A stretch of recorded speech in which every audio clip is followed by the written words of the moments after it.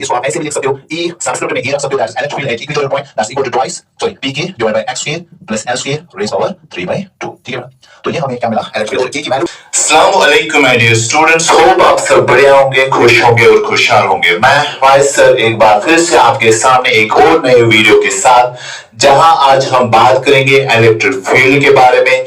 Sir electric field अगर आप देखोगे लास्ट में हम इलेक्ट्रिक फील्ड पढ़ रहे थे किसका, इलेक्ट्रिक डायपोल का। सर जो हमने देखा था एक्सियल लाइन पे, आज वही फिर से अगर आप देखोगे इलेक्ट्रिक फील्ड ही हम पढ़ेंगे, बट किस पॉइंट पे, इक्वेटोरियल पॉइंट पे।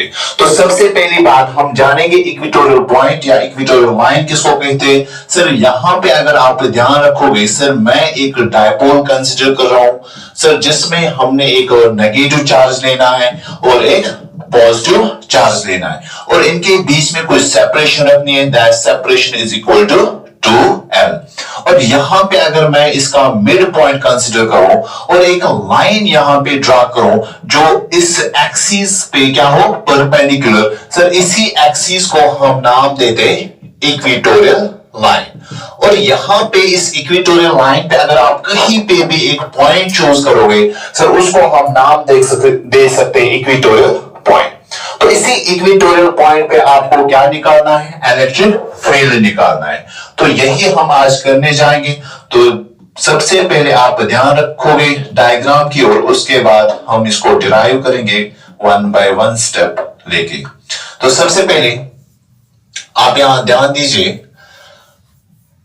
हमने क्या किया, एक डायपोल लेना है जिसमें नेगेटिव चार्ज और पॉजिटिव चार्ज होता है, और इनके बीच में जो सेपरेशन रखी है दैट इज 2l। और आपको अगर ये मिड पॉइंट यहां पे हमने लिया है, दैट मींस यहां से यहां तक l डिस्टेंस होगी और यहां से यहां l। तो ये लाइन क्या है, इक्वेटोरियल लाइन है। तो इसी इक्वेटोरियल लाइन पे मैं यहां जाके सर x डिस्टेंस पे एक पॉइंट चूज कर रहा हूं। सर कहां से, सर मिड पॉइंट से कितनी दूर पे, x डिस्टेंस पे। क्लियर बेटा। तो अगर यहां पे यही डिस्टेंस हम पॉजिटिव क्यू और नेगेटिव क्यू से देखेंगे, सर ये डिस्टेंस अगर आप देखोगे लेट इट बी r होगी। सर यहां से भी ये डिस्टेंस कितनी होगी, r होगी। क्लियर। तो यहां पे सबसे पहले अगर मैं आपको r की वैल्यू आपको बताऊं, सर r की वैल्यू कितनी होगी, सर ये एक राइट एंगल ट्रायंगल बन रहा है जिसमें ये बेस है, ये क्या है, हाइपोटेन्यूज है, दैट मींस r की वैल्यू होगी under root of base square, that means l square plus hypotenuse sorry perpendicular square, that's x square. यानी कि आप लिख सकते हो x square plus l square. ठीक है बेटा। अब यहां पे सबसे पहले हम देखेंगे पॉजिटिव की वजह से यहां पे क्या होगा, इलेक्ट्रिक फील्ड, फिर नेगेटिव क्यू की वजह से क्या होगा, इलेक्ट्रिक फील्ड। सबसे पहले उनको रिप्रेजेंट करते हैं। सर अगर हम यहां पॉजिटिव क्यू की वजह से इलेक्ट्रिक फील्ड देखना चाहेंगे, सर वो सिंपली आपको पता है पॉजिटिव चार्ज की वजह से क्या होता है, आउटवर्ड्स होता है। इसकी डायरेक्शन क्या होगी, अवे फ्रॉम चार्ज पार्टिकल। तो ये रहेगा इलेक्ट्रिक फील्ड सर किसकी वजह से, due to positive charge particle. Sir इसका हम नाम देंगे E पॉजिटिव। और इसी तरह से अगर आप देखोगे नेगेटिव चार्ज पार्टिकल की वजह से जो इलेक्ट्रिक फील्ड होगा, सर वो होता है towards charge particle, towards charge particle. ठीक है। तो इसकी डायरेक्शन टुवर्ड्स माइनस क्यों रहेगी, सर यानी कि यहां पे अगर आप देखोगे इलेक्ट्रिक फील्ड जो बनेगा उसका नाम हम क्या रखेंगे, E माइनस। तो सबसे पहली बात, ये जो E पॉजिटिव और E नेगेटिव है, इनका मैग्नीट्यूड हम देखेंगे। सर इनका मैग्नीट्यूड अगर आप देखोगे, आपको पता है इलेक्ट्रिक फील्ड जो होता है that's equal to K Q बाय R। यानी कि एक तो चार्ज पार्टिकल पे डिपेंड करता है और डिस्टेंस पे। तो दोनों का चार्ज जो है ना वो सेम है, बस नेचर अपोजिट है, जिसकी वजह से डायरेक्शन यहां पे हमने क्या दिखाई, अपोजिट इलेक्ट्रिक फील्ड की डायरेक्शन हुई। बट यहां पे इनका नेचर क्या है, अपोजिट है, बट इनका चार्ज जो है वो क्या है, सेम, और इनकी डिस्टेंस भी क्या है, सेम। दैट मींस सर अगर यहां पे हम बात करेंगे E पॉजिटिव और E नेगेटिव की, सर इन दोनों का मैग्नीट्यूड क्या होगा, सेम ही होगा। इन दोनों का मैग्नीट्यूड सेम होगा, और वो किसके बराबर होगा, let it be that's equal to E। ठीक है।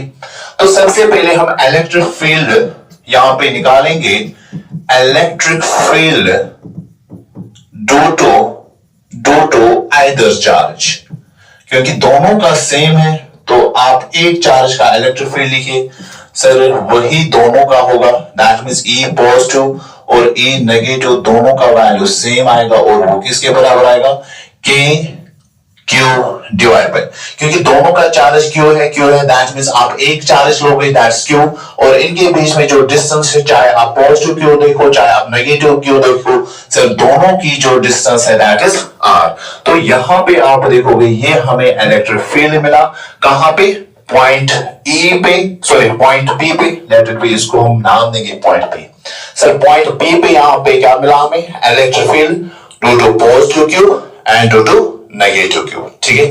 अब यहां पे नेक्स्ट क्या देखेंगे हम, सर इस इलेक्ट्रिक फील्ड को हम रिजॉल्व करेंगे, क्या करेंगे हम बेटा, रिजॉल्व करेंगे। तो रिजॉल्व जब आप यहां पे करोगे तो कैसे करोगे, सबसे पहले आपको बताए कि अगर मैं ये एक्सिस मानूं, सर यहां पे ये एंगल थीटा होगा तो ये एंगल भी थीटा ही होगा, क्यों, क्योंकि आपको पता है जब भी दो लाइंस पैरेलल में होते तो कॉरेस्पॉन्डिंग एंगल्स क्या होते हैं, इक्वल होते। दैट मींस अगर आपने इसको थीटा कंसीडर किया, इट मींस यहां पे जो एंगल बनेगा वो भी थीटा ही बनेगा। और सेम बात यहां पे और एक चीज कि अगर आप ट्रांसवर्सल ड्रा करोगे तो अल्टरनेट इंटीरियर एंगल्स भी क्या होते हैं, सेम। दैट मींस अगर ये थीटा है इट मींस ये एंगल भी क्या होगा, थीटा ही होगा। तो अब यहां पे ई पॉजिटिव को भी रिजॉल्व करोगे और ई नेगेटिव को भी रिजॉल्व करोगे। तो रिजॉल्व जब आप यहां पे करोगे तो सिंपली सबसे पहले ई पॉजिटिव को रिजॉल्व करेंगे, एक कंपोनेंट तो ये आएगा और दूसरा कंपोनेंट ये आएगा, और जो थीटा होता है उसको आप क्या नाम देते हो, ई कॉस थीटा, और दूसरा कंपोनेंट जो होता है उसको हम नाम देते हैं ई साइन थीटा। क्लियर। तो यहां पे आपने सबसे पहले ई पॉजिटिव को रिजॉल्व किया दो कंपोनेंट्स में, सर एक कंपोनेंट बनेगा ई कॉस थीटा और दूसरा कंपोनेंट बनेगा ई साइन थीटा। तो इसी तरह से अगर यहां पे आप ई नेगेटिव को रिजॉल्व करोगे, सर इसमें भी एक कंपोनेंट ये आएगा और दूसरा कंपोनेंट ये आएगा। सर अगेन जहां से थीटा होता है वो कॉस थीटा कंपोनेंट होगा, दैट मींस इसका भी ये कंपोनेंट ई कॉस थीटा कहलाएगा और ये कंपोनेंट जो है that's E sine theta component कहलाएगा। अब यहां पे अगर आप देखोगे इस पॉइंट पी पे, सर हमने ई पॉजिटिव को भी रिजॉल्व किया और ई नेगेटिव को भी रिजॉल्व किया। तो यहां पे दो कंपोनेंट्स में रिजॉल्व किया, that's E cos theta and E sine theta. इसका भी दो कंपोनेंट्स अगर आप देखोगे ई कॉस थीटा और ई साइन थीटा। तो इस फिगर से क्लियर नजर आ रहा है कि ई साइन थीटा और ई साइन थीटा क्या है, अपोजिट में। इट मींस ये एक दूसरे का इफेक्ट अगर आप देखोगे कैंसिल आउट करेंगे तो नेट फील्ड जो यहां पे बचेगा, सर वो किसका बचेगा, ए कॉस थीटा और इस ई कॉस थीटा कंपोनेंट की वजह से, यानी कि नेट फील्ड इन्हीं का सम अगर आप करोगे सर वहां पे हमें मिलेगा नेट इलेक्ट्रिक फील्ड।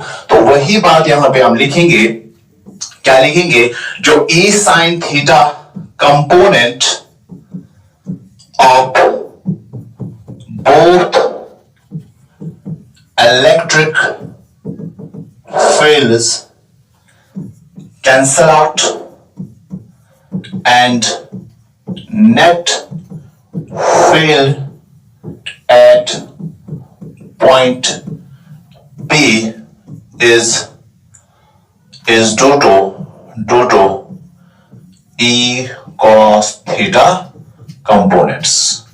तो अगर यहां पे आप देखोगे क्लियरली नजर आ रहा है, हमें यहां पे नेट फील्ड देखना है।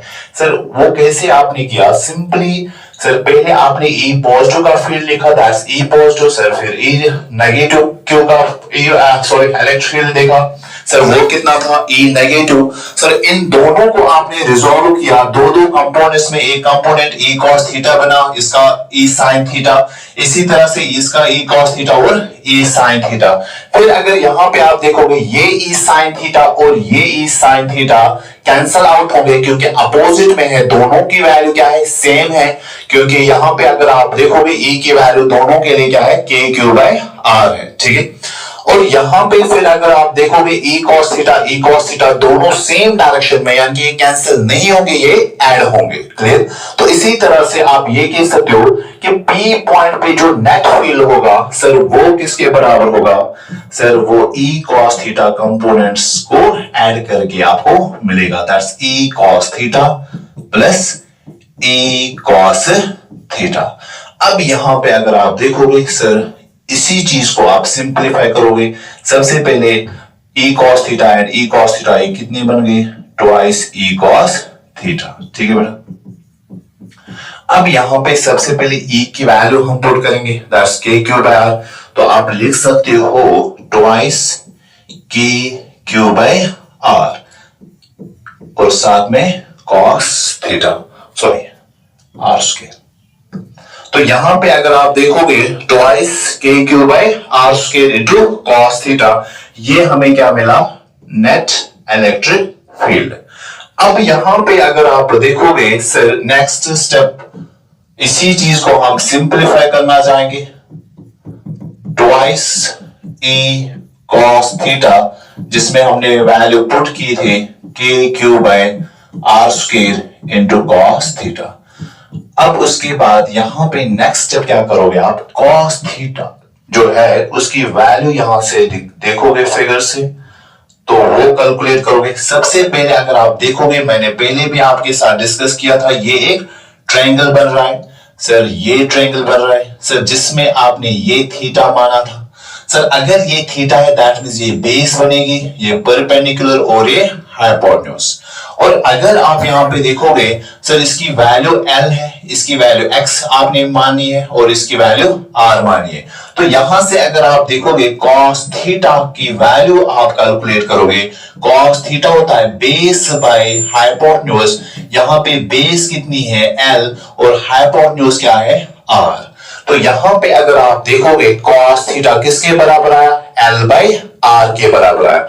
यही वैल्यू हम यहां पे पुट करेंगे, यही वैल्यू हम यहां पुट करेंगे। तो आप लिख सकते हो जो cos थीटा है that's equal to L by R।